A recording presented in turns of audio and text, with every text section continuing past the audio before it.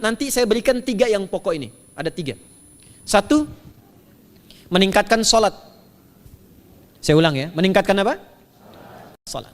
Kalau meningkat, secara singkatnya berarti bertambah dari yang sekedar fardu, tambah dengan apa?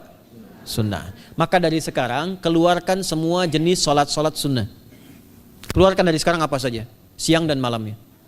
Yang rawatib, ada berapa rawatib? Rawatib 12. Ya, rawatib itu yang melekat dengan sholat fardu dan menentukan untuk memperbaiki sholat fardu. Menambah. Jadi kalau kurang khusyuk ditambah dengan sunnahnya disebut rawatib. Bisa sebelum, bisa setelah sholat fardu. Ada 12 dari hadis Nabi sallallahu alaihi wasallam.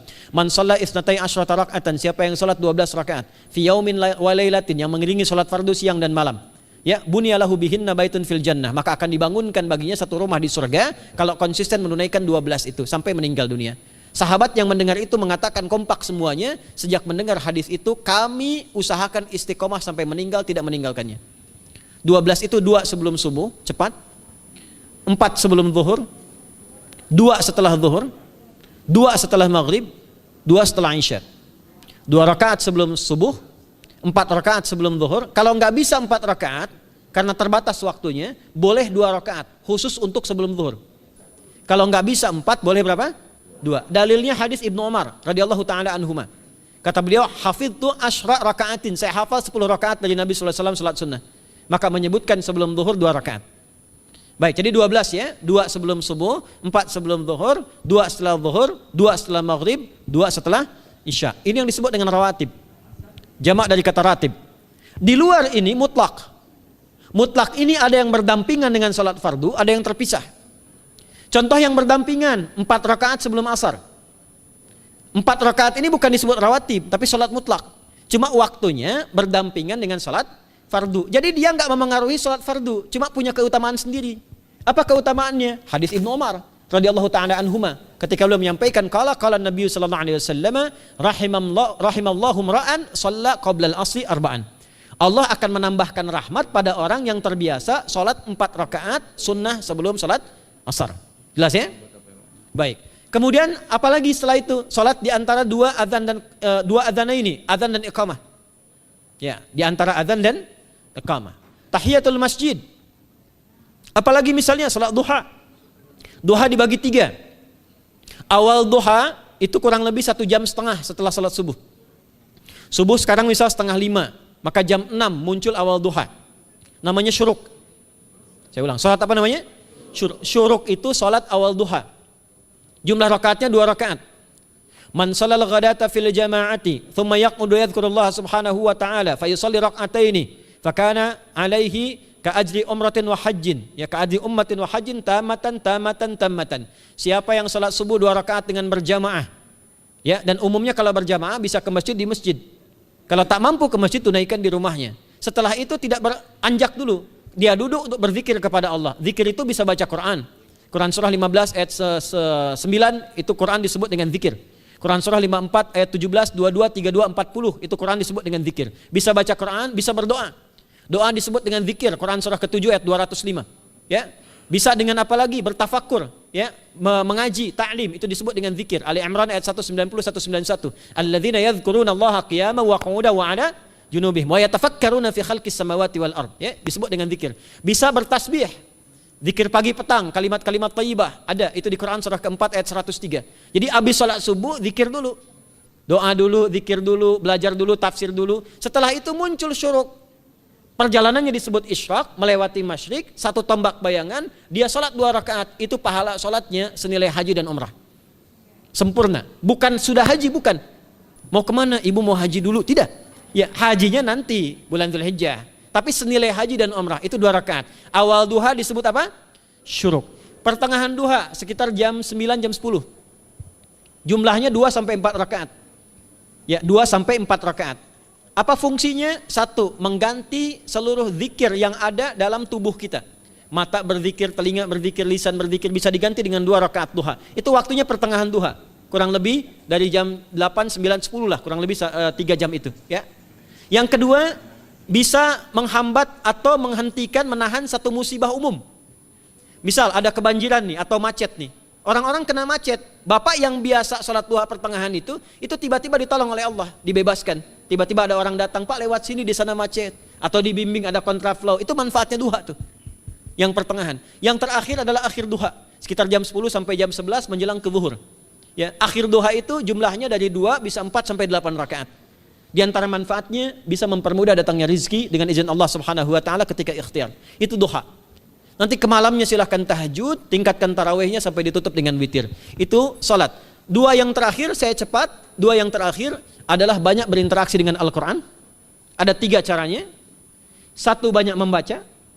Itu namanya qiraah. Silahkan Bapak Ibu siapkan dari sekarang, targetnya khatam misalnya 1 kali, berapa juz? 30 juz.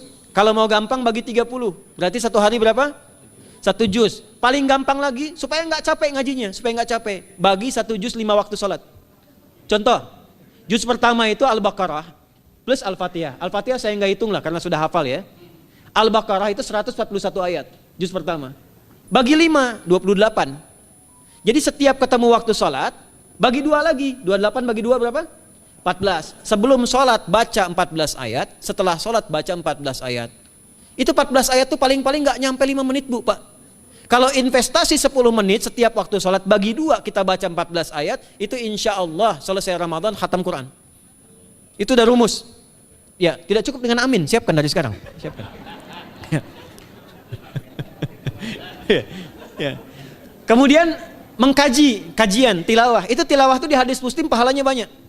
Ya, majtama'a qaumun fi baitin min buyutillahi. Ya, kita ngajinya Quran hadis ya, biar lebih kuat dalilnya.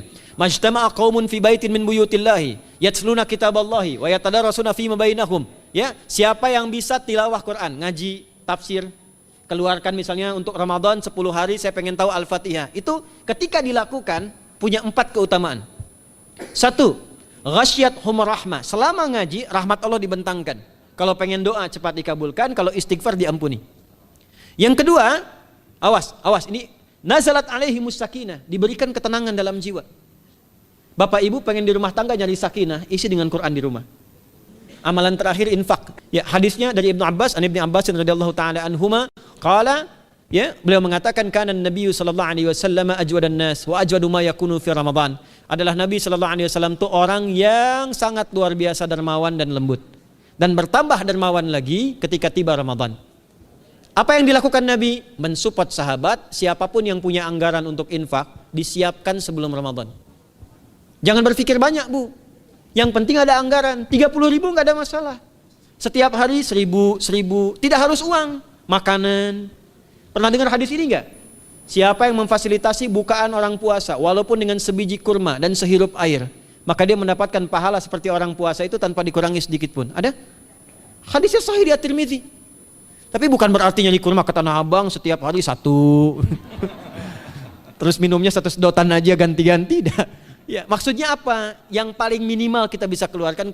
Itu pahalanya 700 kali lipat dikali 10. Paling standar. 700 kali itu standar biasa di hari ini. Dalilnya Al-Baqarah ayat 261 yang dibacakan Adinda tadi kita itu. Ramadan kali 10 lagi. Maka dari itu disiapkan dari sekarang untuk infak. Kalau kami di desa itu, ibu saya selalu kalau Ramadan itu RT-nya setiap rumah. Ini untuk bukaan hari ini rumah A, rumah B, rumah C. Bukaan besok rumah A, rumah B, rumah C. Boleh tuh di PWM Pak dipraktikkan. Ya, misalnya anggota perserikatan siapa dikasih kesempatan. Mungkin nanti yang lain kurmanya, yang ini misalnya jeruknya, yang ini ininya. Setiap ada bukaan ya kirim ke yatimnya, ya kemudian ke pondok-pondok asuhan Muhammadiyah yang tadi disebutkan sekian ribu itu, cari pahala.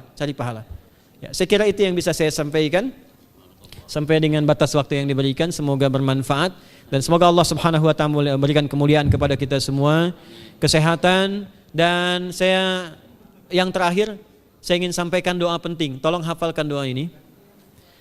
Dan ini doa yang diajarkan Nabi menjelang Ramadan supaya mendapatkan kesehatan, kekuatan, keselamatan untuk beribadah saat Ramadan. Hadisnya di At-Tirmidzi nomor hadis 3254. Qala, langsung saja qala Nabi sallallahu alaihi wasallam. Allahumma